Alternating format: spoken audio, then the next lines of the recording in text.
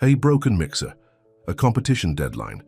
When pastry chef Eliza Chen receives an unexpected invitation to fill in at San Francisco's most prestigious culinary showdown, she never imagines it will lead her back to Marcus Whitfield, the culinary star who once dismissed her talents completely. But this time, her hands hold more than just whisks and piping bags. They hold the power to rewrite her story. Before we dive into the story, comment below where in the world you're watching from. The January wind whistled through the narrow alleyway behind Flour and Sugar as Eliza Chen hauled the last trash bag to the dumpster. Her fingers, red and chapped from hours of dishwater, stung in the cold. She pulled her beanie lower, covering her ears, and hurried back inside. "You're still here?" Mr. Nakamura's voice echoed from the front of the bakery. "Just finishing up," Eliza called back, wiping her hands on her apron. The small neighborhood bakery smelled of vanilla and cinnamon, comforting after the bite of winter air. Mr. Nakamura appeared in the doorway, his white hair neatly combed, glasses perched on his nose. "You work too hard," he said, shaking his head. "Go home, get some rest." "I will." Eliza smiled, untying her apron. "I just wanted to try something before tomorrow's shift," the old man sighed. "Always experimenting, but please, lock up properly this time." After he left, Eliza pulled out the ingredients she'd been thinking about all day: fresh ginger, cardamom pods, and a small bottle of rose water. Her hands moved with practiced precision, measuring and mixing without consulting a recipe. "Third time's the charm," she muttered, sliding the tray of experimental cookies into the oven. Her previous attempts had been good, but not exceptional. Good wasn't enough, not for what she had in mind. While the cookies baked, Eliza scrolled through her phone, stopping at an advertisement that made her stomach tighten. The California Culinary Masters competition, sponsored by Whitfield Restaurants. The same Marcus Whitfield who'd told her 6 years ago that she lacked the creative vision necessary for high-end pastry work. "We're looking for innovators, not recipe followers," he'd said, dismissing her portfolio with barely a glance. She'd been 21 then, fresh out of culinary school, with dreams bigger than her bank account. Now at 27, she was still working at someone else's bakery, still dreaming. The timer dinged. Eliza pulled out the cookies, their aroma filling the small kitchen.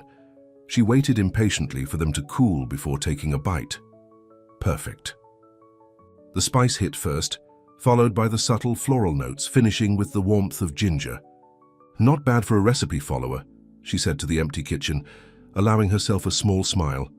"Chen, order up." Eliza grabbed the ticket from the counter, scanning the details. 2 chocolate croissants, 1 sourdough, and a chai latte, she called back, confirming. The morning rush at Flour and Sugar was predictable chaos. Regulars lined up for their usual orders, while tourists wandered in, drawn by the enticing smells and cheerful yellow awning. "Extra foam on the chai," added Jackie, the barista. "It's for Mrs. Peterson." Eliza nodded, quickly assembling the order. Mrs. Peterson, a retired English teacher, liked her foam exactly 1 inch thick. Details mattered. The bell above the door chimed. Eliza looked up, freezing when she saw who entered. Tall, immaculately dressed in chef whites with that signature red neckerchief, Marcus Whitfield himself, flanked by a woman clutching a tablet and a photographer. "We'd like to speak with the owner," the woman announced, her voice cutting through the bakery chatter.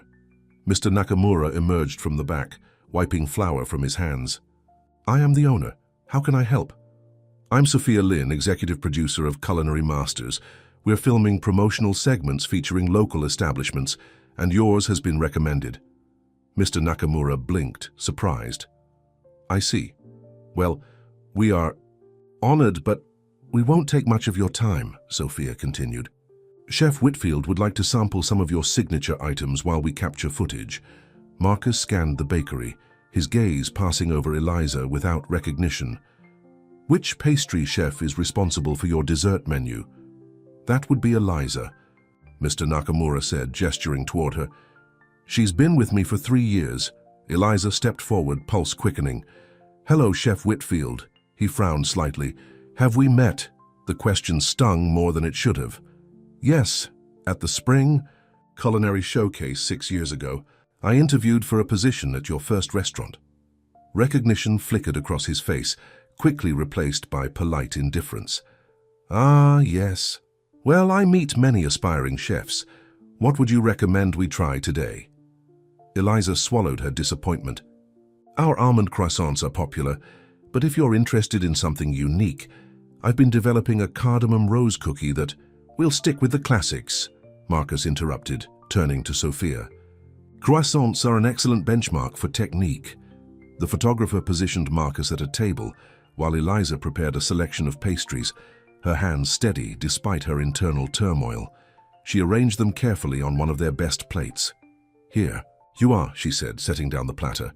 Our signature croissants, pain au chocolat and quignaman. Marcus broke open a croissant, examining the layers. Adequate lamination, he commented, taking a bite. Perhaps slightly overbaked.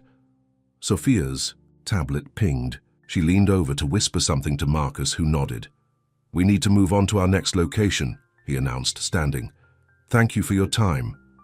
But you've barely touched anything, Eliza protested. Marcus offered a practiced smile. I've seen enough. Traditional techniques competently executed. Exactly what one expects from a neighborhood bakery. The bell chimed again as they left, leaving Eliza standing beside a table of barely tasted pastries, the word competent echoing in her ears like an insult. You're overthinking this, Jackie said, placing a coffee in front of Eliza. They sat, together at a corner table after closing, surrounded by the day's unsold pastries. Am I? Eliza picked at a croissant. He dismissed everything without really trying it. So what? He's just some celebrity chef with an ego. He's the head judge for the California Culinary Masters, Eliza countered. The competition I've been thinking about entering. Jackie leaned forward. Then enter it. Prove him wrong. It's not that simple. The application requires a video submission, professional photos, a full portfolio. My cousin's a photographer, Jackie interrupted.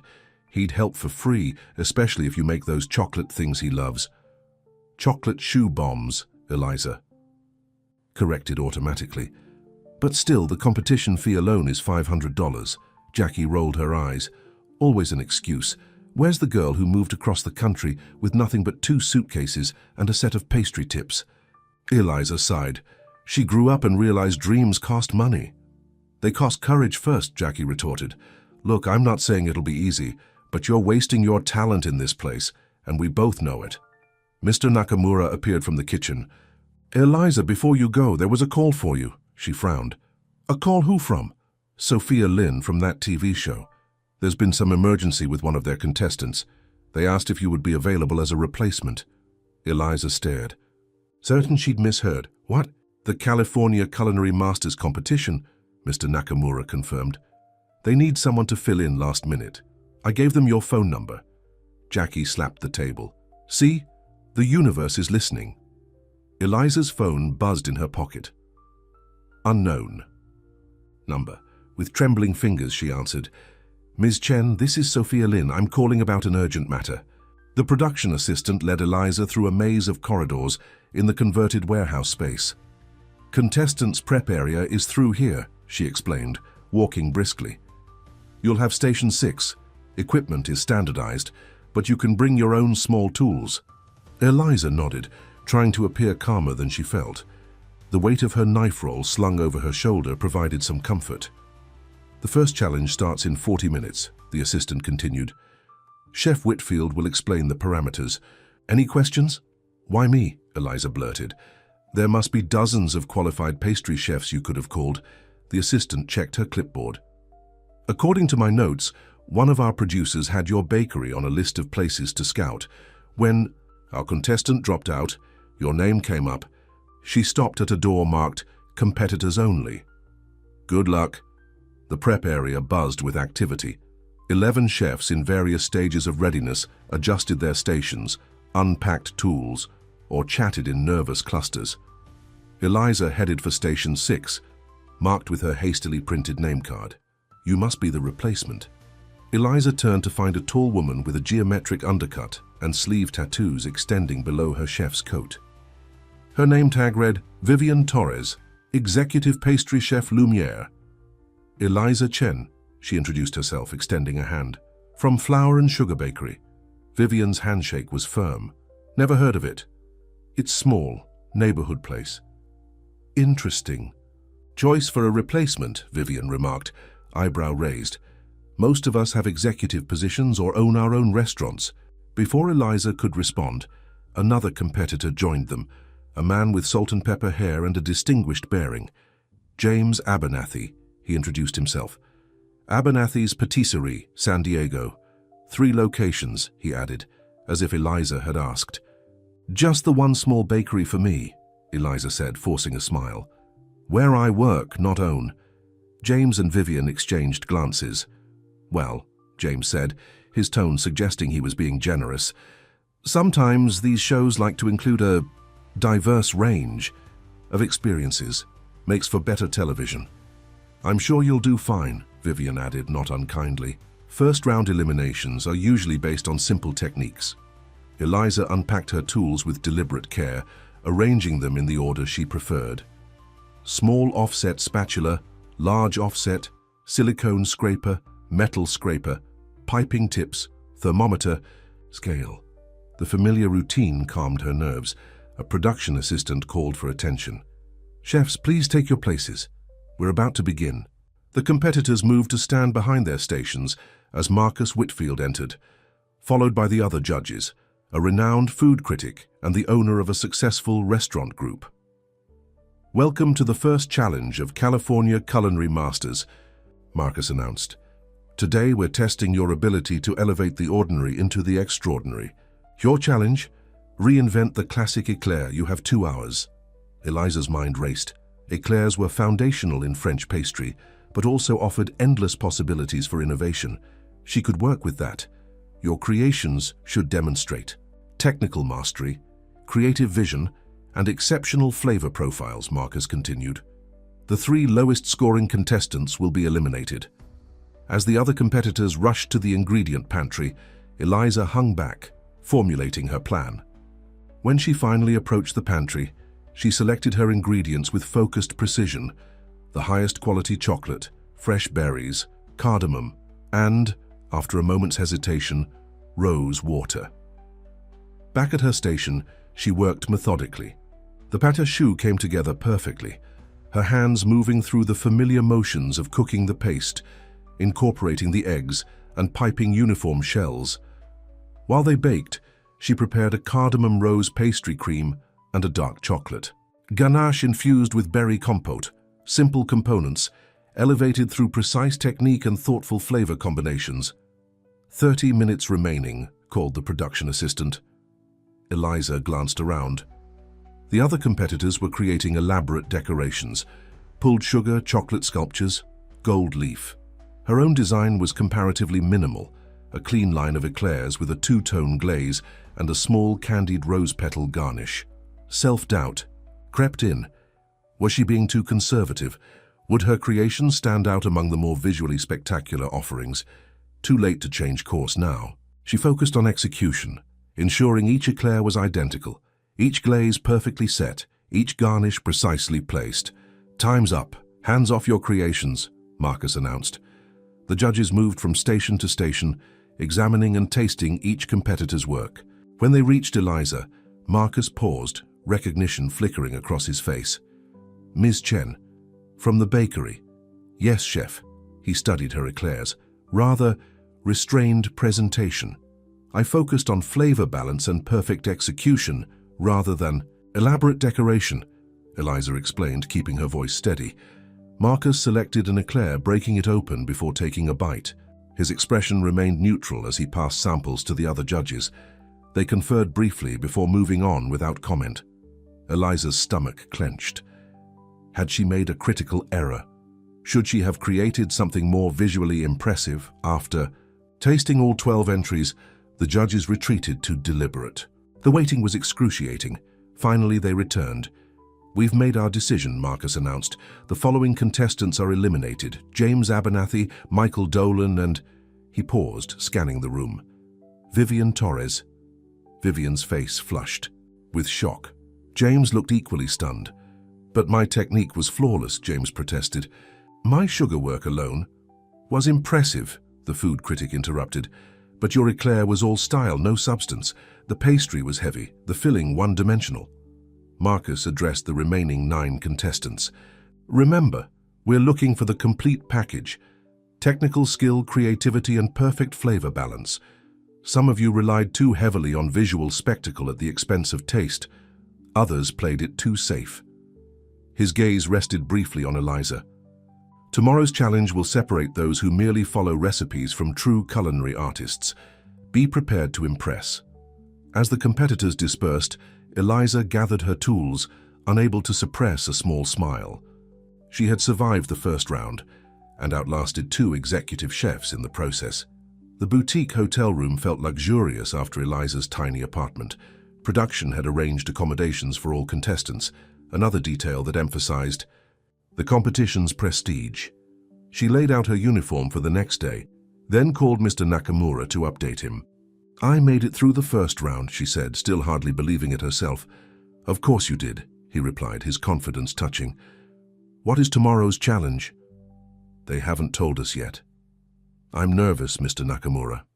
The other competitors have so much more experience, better credentials. Credentials don't bake bread, he interrupted. Hands do. And you have very good hands, Eliza. Trust them. After they hung up, Eliza pulled out her notebook and began sketching ideas, preparing for whatever challenge might come. Around midnight, she finally fell into an exhausted sleep. Morning arrived too quickly. In the preparation area, the atmosphere was noticeably tenser with 3 competitors gone. Attention, chefs, Marcus called, entering the room. Today's challenge tests your ability to perform under pressure. You'll be creating a show-stopping dessert centerpiece that incorporates 3 different pastry techniques. You have 4 hours. He gestured to covered trays at each station. Under these cloches, you'll find your assigned techniques.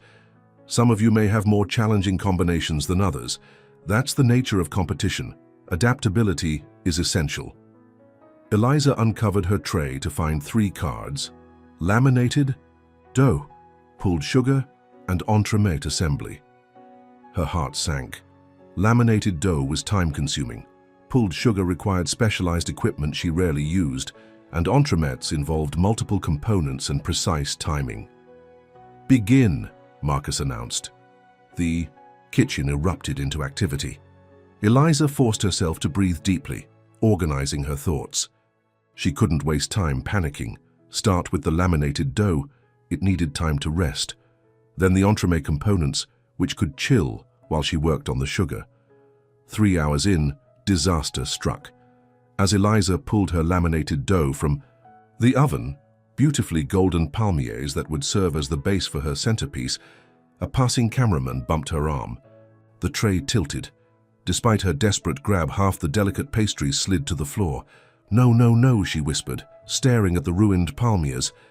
The cameraman apologized profusely, but the damage was done.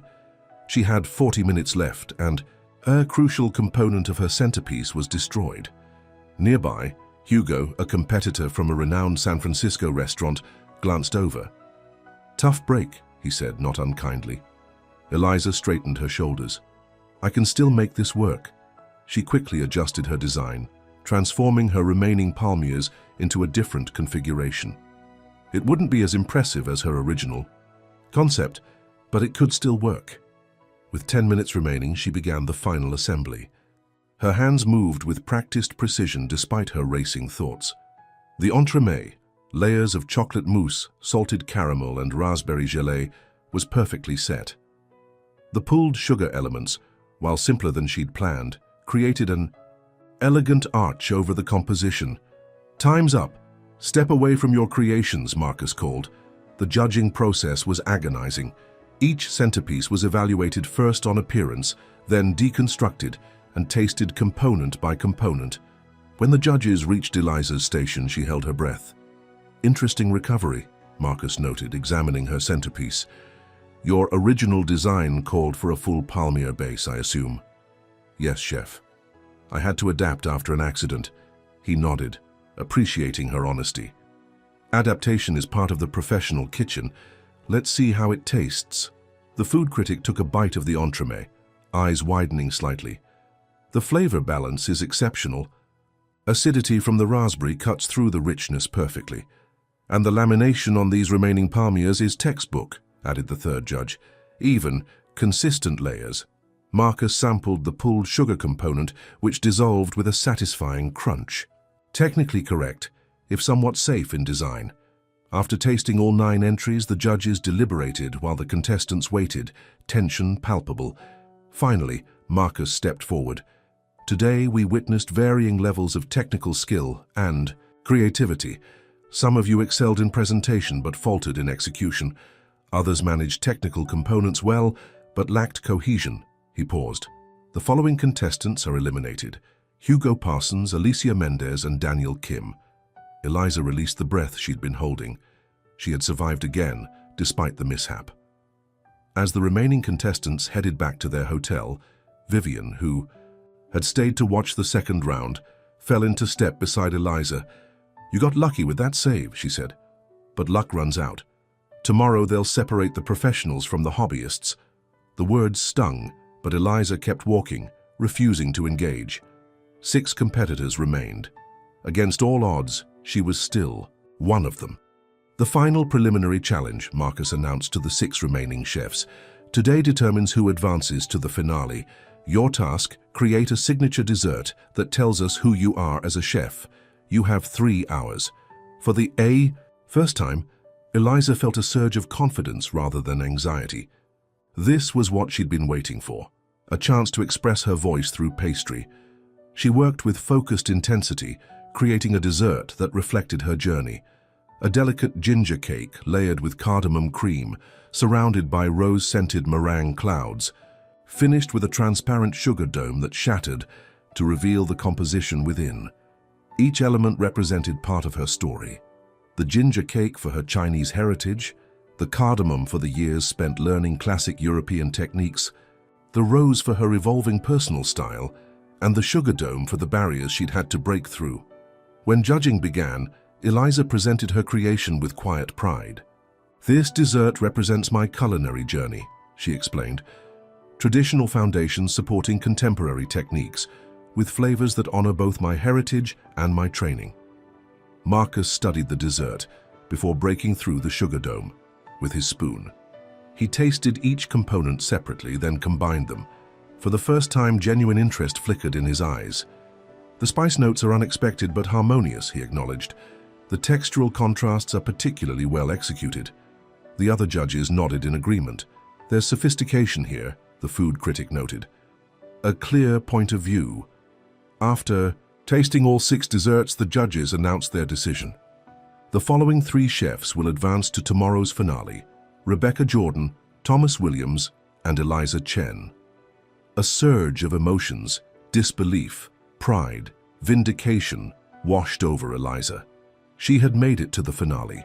Against professional chefs with prestigious positions, she, a bakery employee with a community college degree, had earned her place. That evening, she received a surprise visitor at her hotel room, Marcus himself. "Miss Chen," he said, his formal tone unchanged. "A word if you don't mind." She invited him in, curious and wary. "I rarely admit to misjudgments," Marcus began, standing rigidly by the door, "but I may have been hasty in my assessment of your work at the bakery." Eliza waited, saying nothing. "Your progression through this competition has been noteworthy," he continued, "particularly considering your lack of high-end restaurant experience." "Thank you," Eliza said, the words stiff. "I'm curious. Why remain at a neighborhood bakery when you clearly have the skills for more ambitious venues?"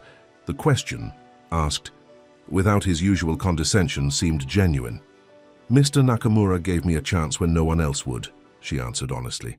"After my interview with you, doors closed. My confidence was shaken. He restored it piece by piece." Marcus had the grace to look uncomfortable. "I see hundreds of aspiring chefs every year," he said, as if in explanation. "Most lack the spark. That separates good from exceptional." "And now?" Eliza asked. "Now I'm reserving judgment until after tomorrow's finale." A ghost of a smile crossed his face. "Regardless of the outcome, I suspect several restaurants will be interested in your services." After he left, Eliza sat on the edge of the bed, thoughts swirling. For years she'd dreamed of impressing Marcus Whitfield, of proving him wrong. Now that she had his attention, she realized something unexpected. His approval mattered less than she'd thought. What mattered was that she finally recognized her own worth. The finale stage was dramatically lit. 3 cooking stations positioned before a live audience. Cameras tracked every movement as Marcus addressed the crowd. "Welcome to the California Culinary Masters finale," he announced. "Today, our 3 finalists will create a 3-course dessert tasting menu that showcases their signature style. They'll have 5 hours to complete all components, then serve directly to our panel of judges and special guest tasters." He gestured to a table where the 3 regular judges sat alongside 2 renowned pastry chefs. The stakes have never been higher. Eliza's station was positioned between Rebecca's and Thomas's. Rebecca, executive pastry chef at a Michelin-starred restaurant, moved with practiced efficiency. Thomas, owner of a celebrated patisserie, arranged his tools with meticulous precision. "Begin!" Marcus called. Eliza centered herself, then started on her most time-sensitive components. Her menu was ambitious but focused. A savory sweet goat cheese panna cotta with herb-infused honey for the first course. A reinvention of traditional Chinese egg tart with black sesame and citrus for the second. And her signature, breaking barriers. Dessert, refined from the previous day's creation, for the finale. 4 hours in, Rebecca cursed under her breath as her sugar work shattered for the second time.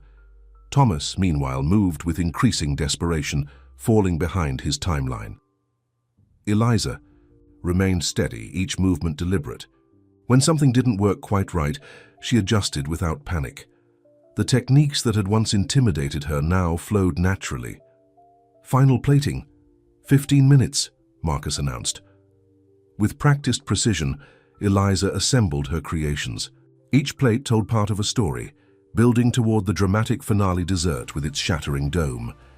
As the judges tasted each contestant's offerings, the audience watched on monitors. Rebecca's technically flawless execution earned approving nods. Thomas's bold flavor combinations drew murmurs of appreciation. When Eliza's turn came, she presented each course with quiet confidence. "My menu represents balance," she explained, "between tradition and innovation, between my cultural heritage and my professional training, between simplicity and complexity." The judges tasted in silence.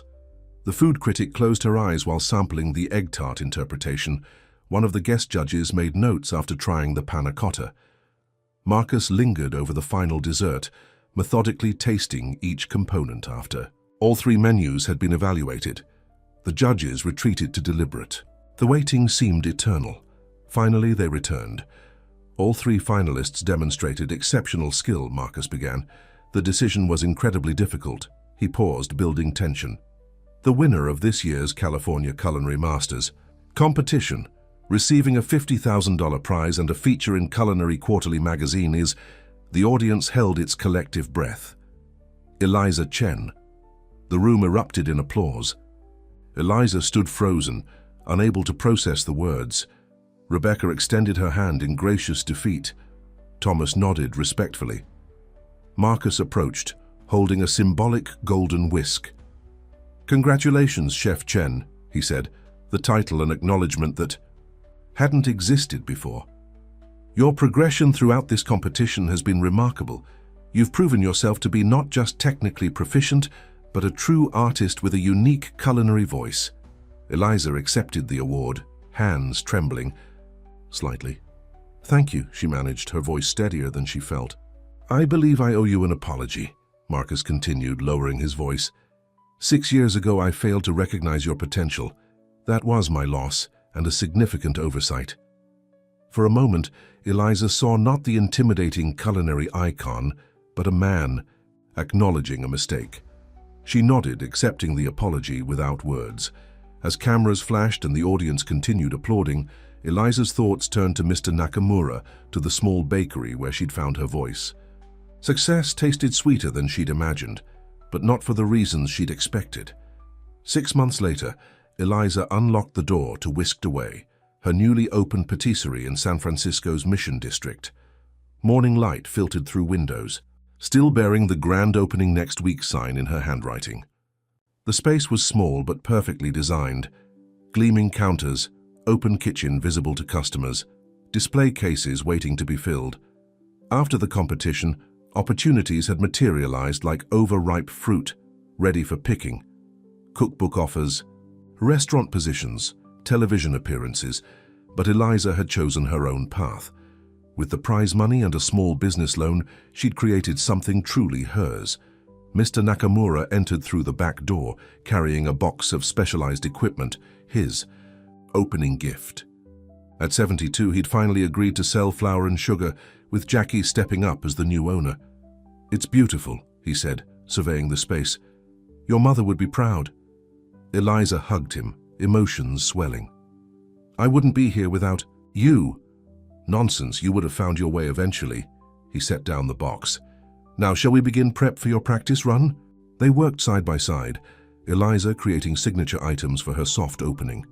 The cardamom rose cookies that had started it all, the reimagined egg tarts that had helped win the competition, new creations still taking shape. The bell above the door chimed. Eliza looked up to see Marcus Whitfield, dressed in casual clothes rather than chef whites.